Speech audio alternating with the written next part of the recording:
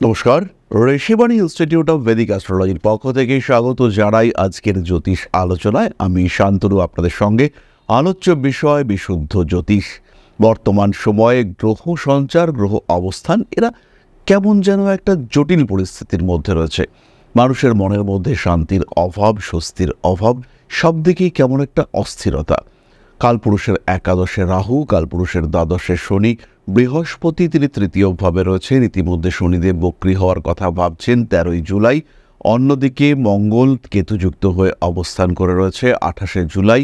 মঙ্গল আবার কন্যা রাশিতে প্রবেশ করবে। কন্যা রাশির ক্ষেত্রে মঙ্গল তৃতীয়পতি, অষ্টমপতি, এই সমস্ত জটিল জটিল সমীকরণ রাশিচক্রকে বেশ খানিকটা জর্জরিত করে রেখেছে। ফলে মানুষের মনে বিভিন্ন রকম প্রশ্ন জাগছে, কবে আসবে সুদিন, কবে ফিরবে কপাল। ফলে মানুষের মধ্যে বিভিন্ন ধরনের প্রশ্ন জেগে উঠছে, কবে ফিরবে সুদিন, কবে ফিরতে চলেছে কপাল।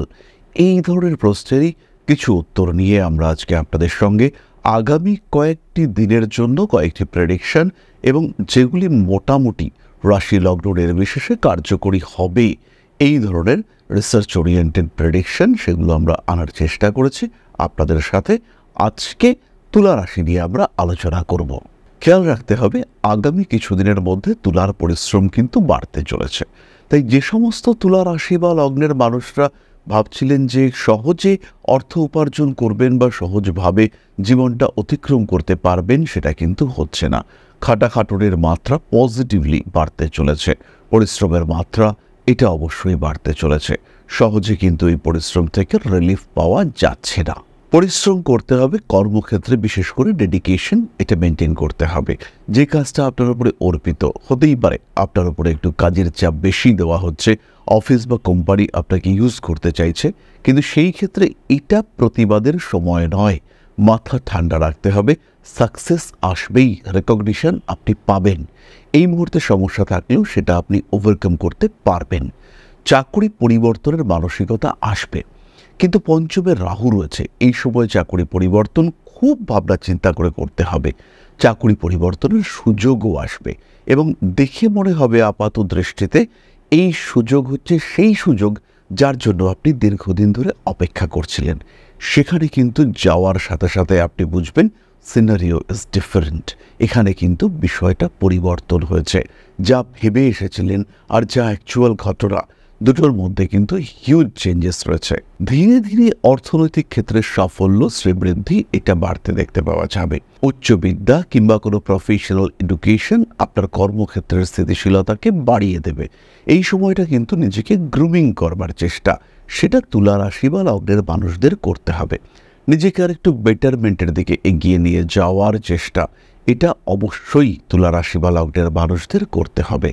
তুলা রাশি বা লগ্নের মানুষ তাদের স্টেবিলিটি ফ্যাক্টর এটা যাতে আরেকটু বেড়ে ওঠে, নিজের স্থিতিশীলতা সেটা যদি আরেকটু বেড়ে ওঠে, তার প্রচেষ্টা এটা অবশ্যই অবশ্যই করতে হবে। গোপন এবং পুরনো শত্রুতা এটা কিন্তু খুব অল্প দিনের মধ্যেই বাড়বে। যারা আপনার বিরুদ্ধে রয়েছে, যারা আপনার বিরুদ্ধে আইনি পদক্ষেপ নিতে পারে, সেই সমস্ত মানুষগুলোর অ্যাক্টিভিটি লেভেল সেটা ভীষণভাবে বাড়তে চলেছে। সেই সমস্ত মানুষগুলো কিন্তু আপনার বিরুদ্ধে যত রকম প্রিপারেশন নেওয়া যেতে পারে সেটা নেওয়ার পরিকল্পনা করছেন। একটা অ্যাটাকিং মুড এটা কিন্তু তাদের মধ্যে দেখতে পাওয়া যাবে। ছোট নতুন কানেকশন সৃষ্টি হতে দেখতে পাওয়া যাবে, যাদের দ্বারা প্রভাবিত হবেন তুলা। বলা যেতে পারে কিছু নতুন সুযোগ আসতে চলেছে। এই সময় কিন্তু পরিবারের কোনো বয়োজ্যেষ্ঠ ব্যক্তি, স্পেশালি দাদা কিংবা এমন কোনো মানুষ যার বয়স আপনার থেকে কম হলেও অভিজ্ঞতা, এক্সপেরিয়েন্স অনেকটা বেশি, এই ধরনের কোনো মানুষের সঙ্গে অ্যাটাচমেন্ট বাড়তে দেখতে পাওয়া যাবে এবং তার সঙ্গে কোনো পার্টনারশিপ বিজনেস, তার সঙ্গে একত্র হয়ে কোনো ব্যবসায়িক চিন্তা ভাবনা, এই বিষয়গুলো কিন্তু করতে পারবেন। শর্ট টার্মের জন্য, অল্প সময়ের জন্য বিদেশ যাত্রা, এই সুযোগ কিন্তু তুলার ক্ষেত্রে আসতে পারে, কিন্তু সেই ক্ষেত্রেও বুঝতে হবে যে পরিস্থিতি কেমন হতে চলেছে। বিদেশ যাত্রার একটা সুযোগ এলো, আপনি সেখানে গেলেন এবং সেখানে কিছুটা সমস্যা দেখতে পাওয়া গেল, আপনার অস্থিরতা বাড়লো। এই ধরনের সমস্যায় কিন্তু পড়তে পারেন তুলা রাশি বা লগ্নের মানুষরা এবং সেই ধরনের ডিপ্রেশন, অ্যাংজাইটি সেগুলো যাতে কন্ট্রোল করা যায় তার একটা প্রচেষ্টা এটা অবশ্যই তুলা রাশি বা লগ্নের মানুষদের করতে হবে। তুলার ক্ষেত্রে কিন্তু সাকসেস রেট কিছুটা হলেও ডিস্টার্বড, তবে এই সময় স্বামী কিংবা স্ত্রী, আপনার ঘরের মানুষটা, আপনার সাথী, তার কিন্তু সাকসেস রেট বেশি। প্রেমিক কিংবা প্রেমিকার কর্ম পরিবর্তন, অনেকটা উন্নতি, আপনার ভাগ্যে তার ডেভেলপমেন্ট, তার কিন্তু একটা সংযোগ দেখতে পাওয়া যাবে। দীর্ঘদিন ধরে প্রেম করছিলেন, ভাবলেন এবার বিয়েটা করা দরকার, প্রেমিক অথবা প্রেমিকার সাথে কথা হলো, কিন্তু অর্থনৈতিক অবস্থা এমনই যে বিবাহের পরে সংসারটাকে সামাল দেওয়া কঠিন হতে পারে। এই সময় কিন্তু হঠাৎ করেই দ্বিতীয় জোরের একটা অর্থ উপার্জনের সুযোগ সৃষ্টি হওয়া, আপনাদের বিয়ের ক্ষেত্রে একটা নিশ্চয়তা সৃষ্টি হওয়া, তার সংযোগ দেখতে পাওয়া যাবে। এই সময় কিন্তু বিবাহিত জীবন সম্পর্কে একটা সলিড পরিকল্পনা তুলা অবশ্যই করতে পারবেন। তবে বিবাহের সময়কাল এটাকে আরও কিছুটা পিছিয়ে রাখা যেতে পারে। সেই ক্ষেত্রে বিশেষ তাড়াহুড়ো না করে ঠান্ডা মাথায় বিয়ের জন্য চিন্তাভাবনা করা যেতে পারে এবং বিবাহিত জীবন সেখানে কিন্তু শান্তি, স্বস্তি ইত্যাদি যাতে আসে তার জন্য মাথা ঠান্ডা রাখার চেষ্টা সেটাও করা যেতে পারে। ওভারঅল এই সময় বিয়ের কথাবার্তা কিছুটা এগোবে, কিন্তু ফাইনালাইজেশনের সম্ভাবনা অনেকটাই কম। সেই মানুষটাকে চয়ন করতে পারবেন, সেই মানুষটা আপনার সামনে আসবেন যিনি আপনার জীবনসঙ্গী হতে চলেছেন। তুলা রাশি বা লগ্নের মানুষদের জন্য একটি বিষয়ে নেগেটিভিটিও রয়েছে এবং সেটাও বিবাহিত জীবন সম্পর্কিত। আপনার স্বামী কিংবা আপনার স্ত্রী, তার মধ্যে একটা ইনসিকিউরিটি কমপ্লেক্স কাজ করতে দেখতে পাওয়া যাবে। স্বামী কিংবা স্ত্রীর উপরে নিয়ন্ত্রণ কায়েম করবার একটা প্রচেষ্টা, এটা কিন্তু তুলার ক্ষেত্রে দেখতে পাওয়া যাবে। এখানে কিন্তু একটা পজিটিভ বিহেভিয়ার সেটা অতিরিক্ত মাত্রায় চলে আসার সম্ভাবনা দেখতে পাওয়া যায়। তুলা রাশি বা লগ্নের মানুষরা পরিবারের মানুষদের উপরে একটু যত্নশীল হওয়ার চিন্তা করতে পারেন। বিশেষ করে বয়স্ক যে সমস্ত সদস্য রয়েছে তাদের সঙ্গে আপনার অ্যাটাচমেন্ট ভালো হওয়া এটা অবশ্যই জরুরি। এই সময় কিন্তু ধীরে ধীরে সম্পর্কগুলির ক্ষেত্রে উন্নতি দেখতে পাওয়া যাবে। তুলা কিন্তু নিজের ব্যবসার চিন্তাভাবনা করতে পারেন। কিছু একটা secondary profession, secondary source of earning, এটা নিয়ে তুলার ভাবনা চিন্তা করার এবার কিন্তু সময় চলে এসেছে। ডাইভার্সিফিকেশন, এটা কিন্তু তুলা অবশ্যই করতে পারবেন এবং বিভিন্ন উৎস থেকে আয় উপার্জনের প্রচেষ্টা, এটা আমরা তুলার ক্ষেত্রে দেখতে পাবো। সহজভাবেই তুলা নিজের ক্ষেত্রটিকে আরেকটু প্রশস্ত করে তুলতে পারবেন। এর মধ্যেই কখনো কখনো তুলা রাশি বা লগ্নের মানুষ তাদের একটু ভোজন বিলাসী হয়ে উঠবার টেন্ডেন্সি দেখতে পাওয়া যাবে। লটারির টিকিট কাটতে পারেন তুলা। পঞ্চম ভাবে বৃহস্পতি দৃষ্ট রাহু রয়েছে। লটারির টিকিট কেটে নিজের ভাগ্যকে উন্নততর করে তুলবার প্রচেষ্টা, এটা অবশ্যই তুলার ক্ষেত্রে সৃষ্টি হতে পারে। কিছু কিছু তুলা রাশি বা লগ্নের মানুষ যাদের জন্মকুণ্ডলিতে শনি তুঙ্গ অবস্থায় রয়েছে, হতেই পারে তার জন্ম 1984, 85 এই সময়, সেই সময় শনি কিন্তু তুলা রাশিতেই অবস্থান করেছিল এবং তুঙ্গ অবস্থায় ছিল। এরকম যাদের কুণ্ডলিতে শনি রয়েছে তাদের মধ্যে বিভিন্ন বিষয়ের প্রতি একটা নিষ্প্রিয় হয়ে উঠবার প্রবণতা সেটা কিন্তু বাড়তে দেখতে পাওয়া যাবে। বিভিন্ন বিষয়ের প্রতি তারা একটু ইগনোরেন্ট হয়ে উঠবেন। সমস্ত কিছু থেকে অস্বীকার করে নিজেকে নিয়ে থাকা, আধ্যাত্মিক চেতনার উন্মেষ, এগুলি তুলার ক্ষেত্রে বাড়তে দেখতে পাওয়া যাবে যাদের কুণ্ডলিতে শনিদেব বলবান অবস্থায় রয়েছেন। বাসস্থান লাভ বা পরিবর্তন, তার সংযোগ তুলার ক্ষেত্রে দেখতে পাওয়া যাবে এবং মোটামুটি জুলাইয়ের শেষ ভাগ থেকেই বাসস্থান সম্পর্কিত একটা চিন্তা ভাবনা, বাস্তু পরিবর্তনের একটা চিন্তা ভাবনা, এটা আমরা তুলার ক্ষেত্রে দেখতে পাবো এবং এই পরিবর্তন তুলার জন্য অবশ্যই শুভ। শুভ বাস্তু, ভালো বাস্তুতে তুলা শিফট করতে পারবেন। অবশ্যই এই প্রসঙ্গে বাড়ি পরিবর্তনের আগে বাস্তু কারেকশন অবশ্যই দরকার। এই সিরিজে আমরা এই ধরনের ডিসকাশন করেছি এবং আমরা এটা বুঝতে পারলাম যে অন্যান্য রাশির তুলনায় তুলা কিন্তু অনেকটাই বেটার থাকবেন। এই বর্তমানকালে বেশ জটিল পরিস্থিতির সৃষ্টি হয়েছে। এই জটিল পরিস্থিতির মধ্যে তুলা কিন্তু নিজের স্থিতিশীলতাকে অনেকটা বাড়িয়ে তুলতে পারবেন। ভালো থাকার সুযোগ সেটা তুলার ক্ষেত্রে রয়েছে। তবে জীবন মানেই সমস্যা, অস্থিরতা, জীবন মানেই আপস অ্যান্ড ডাউনস, প্রতিবন্ধকতা। তাই জীবনে অগ্রগতি যদি বাধাপ্রাপ্ত হয়, এগিয়ে যাওয়ার রাস্তাগুলি যদি প্রায় বন্ধ হয়ে যায়, সেই ক্ষেত্রে অবশ্যই আপনার পাশে দাঁড়াতে পারেন আপনার জ্যোতিষ বন্ধু। সমস্যাগুলিকে চিহ্নিত করা, তাদের উপায় খুঁজে বার করা এবং নির্মূল করার সম্ভাবনা সৃষ্টি করা, এটা আপনার জ্যোতিষ বন্ধু করবেন আপনার সাথে। সাধারণ প্রতিকার আপনি গ্রহণ করতেই পারেন, তবে তার আগে অবশ্যই একটা প্রপার বিচার, একটা অ্যানালাইসিস এটা করে নেওয়া দরকার এবং তখনই কিন্তু আপনার প্রতিকার পারফেক্ট হতে চলেছে। জন্মকুণ্ডলিতে দশা যদি মোটামুটি সাপোর্টিভ হয়, জন্মকুণ্ডলিতে গ্রহ অবস্থান যদি সাপোর্টিভ হয় সেই ক্ষেত্রে সামান্য রেকটিফিকেশন সেটা কিন্তু আপনাকে বিরাট জায়গায় এগিয়ে নিয়ে যেতে পারে। সুতরাং প্রতিবন্ধকতা, ঝামেলা, অশান্তি এদেরকে প্রশ্রয় না দিয়ে অবশ্যই আপনার জ্যোতিষ বন্ধুর সঙ্গে পরামর্শ করুন। আর যারা জ্যোতিষ শিখতে চাইছেন তাদের জন্য ঋষিবাণী নিয়ে এসেছে একটি কম্প্যাক্ট কনডেন্সড কোর্স, যেখানে একই কোর্সের মধ্যে আপনি জ্যোতিষশাস্ত্র, হস্তরেখা বিদ্যা, সংখ্যাতত্ত্ব এবং বাস্তুশাস্ত্র শিখতে পারবেন। সুতরাং দেরি না করে যারা দেখাতে চাইছেন, কনসালটেশন চাইছেন, অথবা যারা শিখতে চাইছেন, সরাসরি যোগাযোগ করুন ঋষিবাণী ইনস্টিটিউট অফ ভেদিক অ্যাস্ট্রোলজিতে। তাহলে এবার আমরা চলে আসবো আলোচনার পরবর্তী পর্যায়ে, অর্থাৎ আপনাদের প্রশ্নে জ্যোতিষের উত্তর। তবে তার আগে ছোট্ট একটি বিষয় আপনাদের সঙ্গে শেয়ার করতে চাইব। আশা করি পরমপিতার আশীর্বাদে সবাই খুব ভালো আছেন। জীবনে চলার পথে বিভিন্ন সময় বিভিন্ন ক্ষেত্রে আমরা প্রত্যেকেই কিছু না কিছু জনহিতকর কার্য করে থাকি। রাস্তায় যদি একজন মানুষ এসে আমাদের কাছে সাহায্য চায়, আমরা যতটুকু সম্ভব তাকে সাহায্য করবার চেষ্টা করি। কখনো কিছু অর্থের বিনিময়ে, কখনো তাকে কিছু খাদ্য সামগ্রী কিনে দিয়ে, কখনো গাছের জল দিয়ে, কখনো পাড়ার রাস্তার কুকুরটিকে খেতে দিয়ে আমরা সমাজের উন্নতি করবার চেষ্টা করি।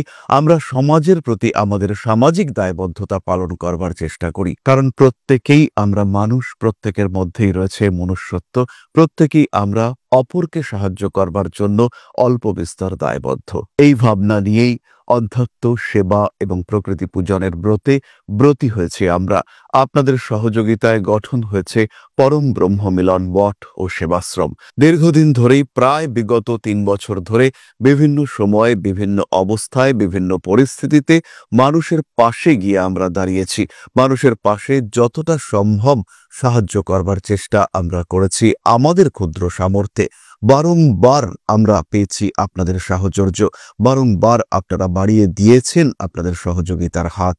তাই আরও একবার আপনাদের সামনে আজ আমি আবার এসেছি পরবর্তী কর্মসূচিকে বাস্তবায়িত করবার জন্য। বিগত দিনগুলিতে বিভিন্ন সময় আমরা বিভিন্ন ক্ষেত্রে ডোনেশন কর্মসূচি করেছি।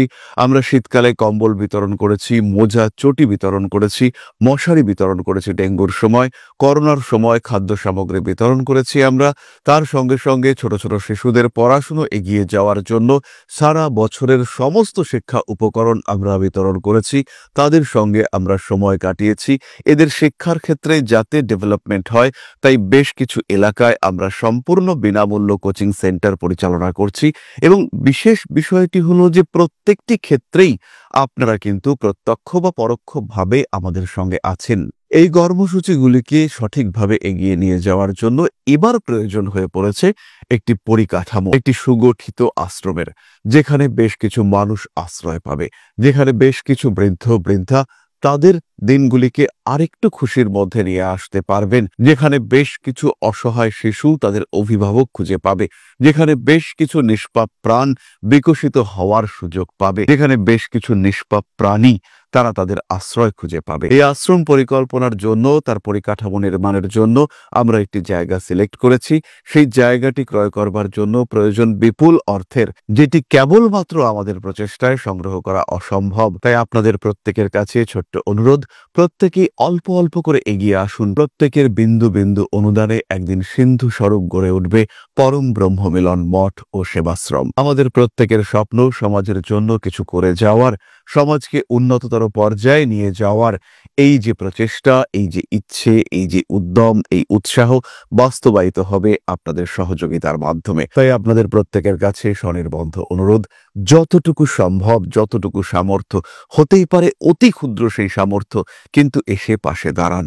ইতিমধ্যেই বহু মানুষ তাদের যথাসম্ভব সাহায্যের হাত আমাদের দিকে বাড়িয়েছেন। আমরা তাদের প্রতি কৃতজ্ঞ, আমাদের আন্তরিক ধন্যবাদ আমরা জানাই তাদের প্রতি। এবং আপনাদের কাছেও আমাদের অনুরোধ, আপনারাও একটু একটু করে এগিয়ে আসুন। সবাই যদি অল্প অল্প করে এগিয়ে আসি, তাহলেই কিন্তু বিরাট কোনো স্বপ্ন বাস্তবায়িত হতে পারবে। সকলেই যদি অল্প অল্প করে এগিয়ে আসি, তাহলেই কিন্তু বিরাট এই মহান কর্ম বাস্তবায়িত হতে পারবে। একদিন আমার আপনার প্রত্যেকের স্বপ্ন পরম ব্রহ্ম মিলন মঠ ও সেবাশ্রম আধ্যাত্ম, সেবা এবং প্রকৃতি পূজনের এই মহান দায়িত্ব নিয়ে এগিয়ে আসতে পারবে, একটি জায়গা তৈরি করতে সক্ষম হবে। সবাইকে জানাই অগ্রিম ধন্যবাদ এবং শুভেচ্ছা। সবাই খুব ভালো থাকবেন। নমস্কার। তাহলে এবার আমরা চলে আসি আপনাদের প্রশ্ন পর্যায়ে। প্রশ্ন করেছেন সুপর্ণানাথ 29/10/1982 কলকাতা, সকাল 7:51। বিয়ে আদৌ হবে? কবে হবে? লাভ নাকি অ্যারেঞ্জ ম্যারেজ হবে? প্লিজ জানাবেন স্যার। সুপর্ণা, আপনার জন্মকুণ্ডলী অনুযায়ী বিবাহের বয়স 25, 37 আর 45। তো এই মুহূর্তে আপনার 25 বা 37-এ বিয়ে হয়নি, সেই ক্ষেত্রে 45-এ বিবাহের সম্ভাবনা, অর্থাৎ 44+ এই বয়সে বিবাহের সম্ভাবনা, এটা একদম ভীষণভাবে রয়েছে। প্রেমজ বিবাহ অর্থাৎ লাভ ম্যারেজের সম্ভাবনা কম। দেখে শুনে বিয়ে, হয়তো এই দেখাশোনাটা আপনি নিজেই করলেন, কিন্তু বিয়ের উদ্দেশ্যে দেখাশুনো, প্রেম নয়, এই বিষয়টি আপনার ক্ষেত্রে দেখতে পাওয়া যাবে। এবং আমরা এক্সপেক্ট করতে পারি 2026 এন্ড 2027 আপনার বিয়ে হচ্ছে এবং যথেষ্ট ভালো বিয়ে হচ্ছে। তাহলে আজকের আলোচনা আমরা আর দীর্ঘায়িত করব না। সবাই সুস্থ থাকুন, ভালো থাকুন। মা শ্রী শ্রী আদিশক্তি আপনাদের প্রত্যেকের মঙ্গল করুন। জয় মা আদিশক্তি। নমস্কার। ওং अकारादि पंचाशद्वर्णेभ्यो स्वाहा। ओं प्रतिपादादि तिथिभ्यो स्वाहा। ओं कृष्णपक्षाय स्वाहा। ओं शुक्लपक्षाय स्वाहा। ओं अमावस्याय स्वाहा। ओं पूर्णिमाय स्वाहा।